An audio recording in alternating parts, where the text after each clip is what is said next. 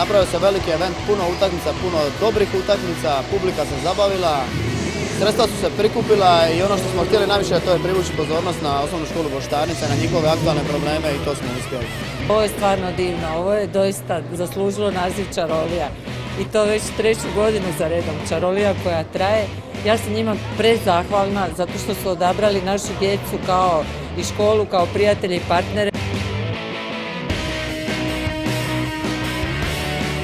Drago mi je biti dio ove humanitarne akcije i puno mi je srca kad se uvijek odazovem. Nebitan je rezultat, ovo je bitno što radimo, humanitarno pomažemo toj djeci koja je stvarno pomoć potrebna.